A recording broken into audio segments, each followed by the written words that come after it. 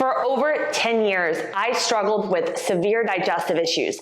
I went to every doctor out there, tried every diet from keto to vegan to raw vegan to carnivore, and no matter what, every time I would eat something, my stomach would get so much bloating, gas, constipation. I came down to the root cause of what was going on. I healed my gut, and today I am going to be sharing with you the 3 biggest mistakes that I made on my gut healing journey that so many people make, and I wish I knew from the beginning. Make sure to stay tuned to the very end because I have a 4th bonus tip to share with you to get rid of gas, bloating, and digestive issues once and for all. And if you don't know me, I'm Elizabeth with ElizabethAylorFitness. I have my 4-year degree in kinesiology, CSCS, I'm a holistic nutritionist, and then I actually went back to school to become a GAPS practitioner, which is specializing in the gut-brain connection, healing the gut, and eradicating digestive issues once and for all. Make sure to subscribe below and follow me on Instagram for everything on restoring your gut health, optimizing your hormones, losing fat, and transforming your body. So let's dive right into it.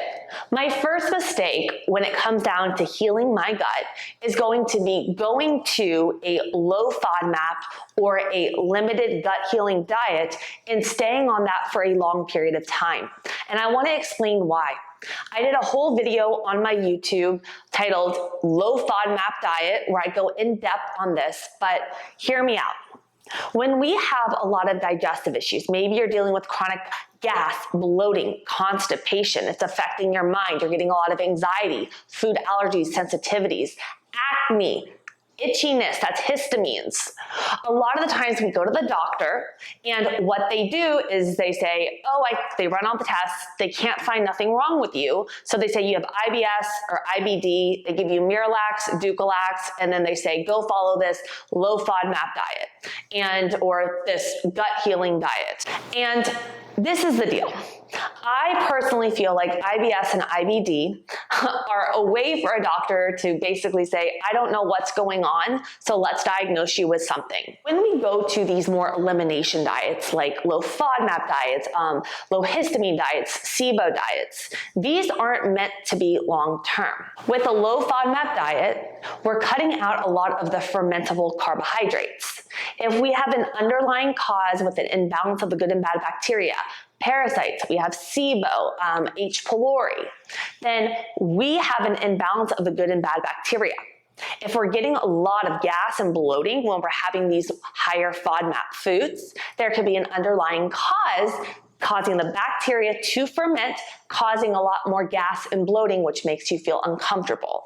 When we cut them out, we're not having the fermentation, so your symptoms are a lot less. This is the key part, guys. Your symptoms are a lot less because you're removing the fermenting carbohydrate, but as soon as you add them back in, if you don't address that root cause, you're gonna be back to square one, feeling bloated with all of these digestive issues.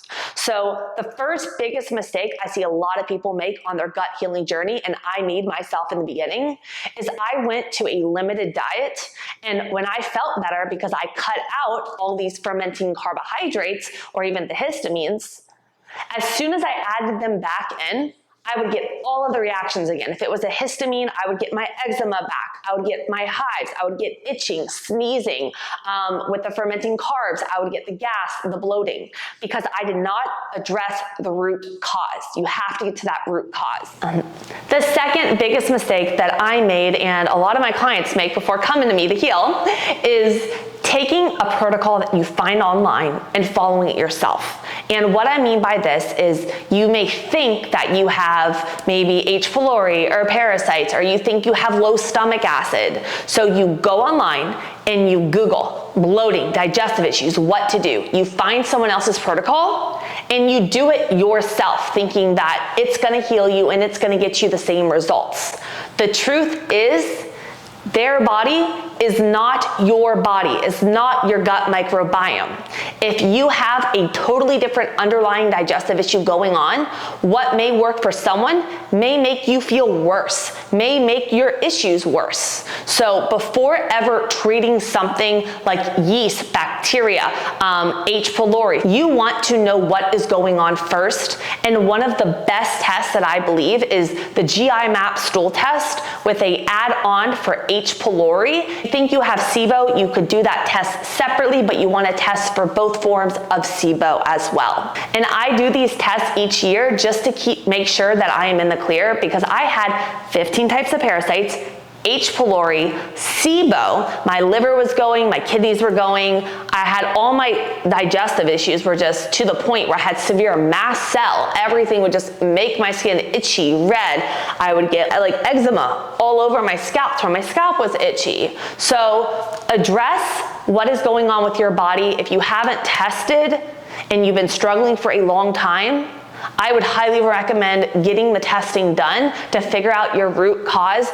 And if you've been struggling with digestive issues for a long time, then find somebody that can help you create a program specific to your body to heal and to get rid of your digestive issues for good, whether it be me, whether it be somebody else. Find that one person that you trust, and it's gonna help you get there. My third biggest mistake that so many people make when it comes to healing your gut is going to be probiotics. So we all hear, if you have digestive issues, go grab some kombucha, get some yogurt, get some kimchi, sauerkraut, add in probiotics. It's gonna make you feel so much better.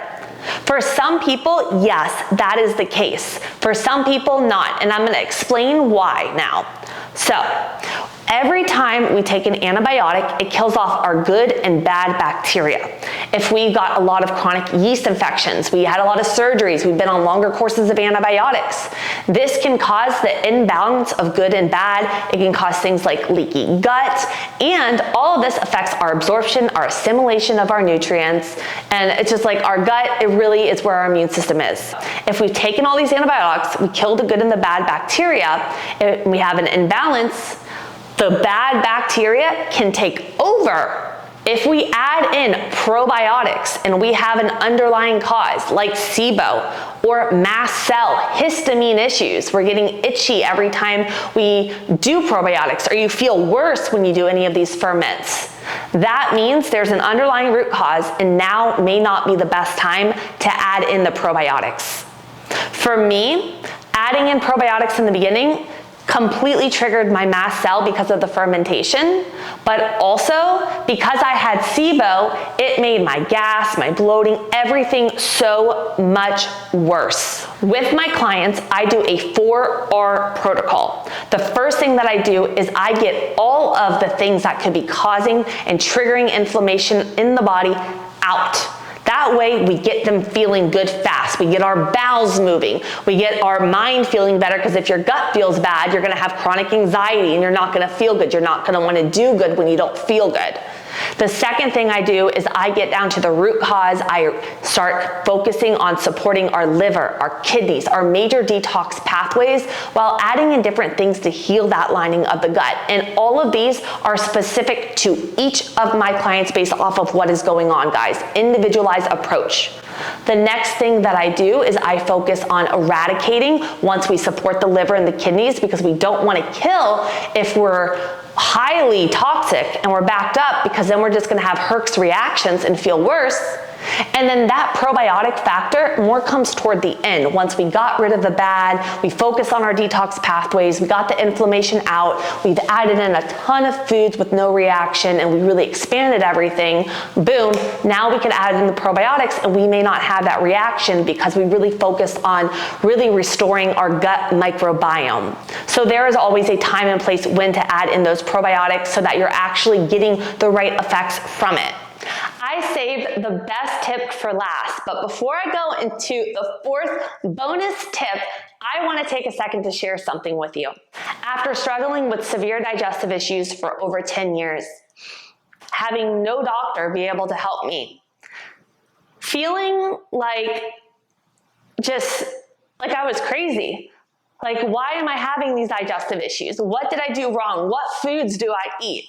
I felt, guys, so alone. And I am so grateful for everything I got to go through, because now I am helping women heal their gut. I have women come to me with a foot of their colon removed with titanium, and I'm able to get them off of Miralax, Ducalax, get their constipation to go away, get us having regular bowel movements, to get more foods added in. I simplify it for my clients because I take everything that I went through over all of these 10 years and I put it into 90 days.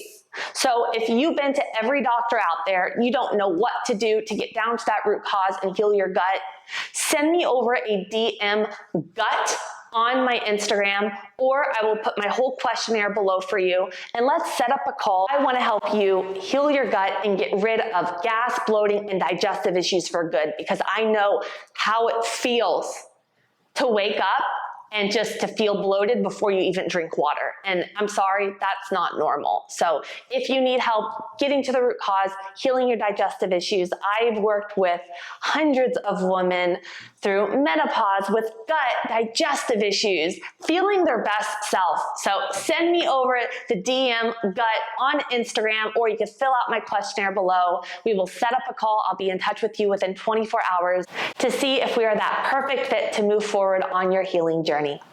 We are back with the fourth, and I saved the best tip for last. This, I would say, is the biggest mistake of all of them that I made.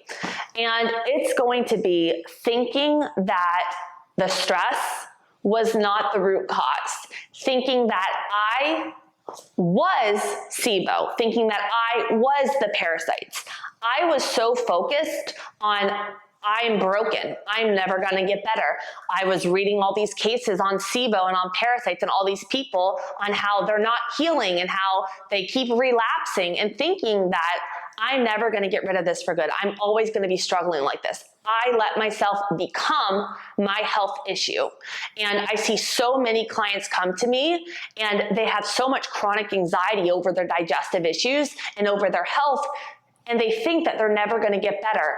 And it really does take shifting that mindset. But in order to shift that mindset, you have to find someone that you trust and have a plan of action that you know is gonna get you better.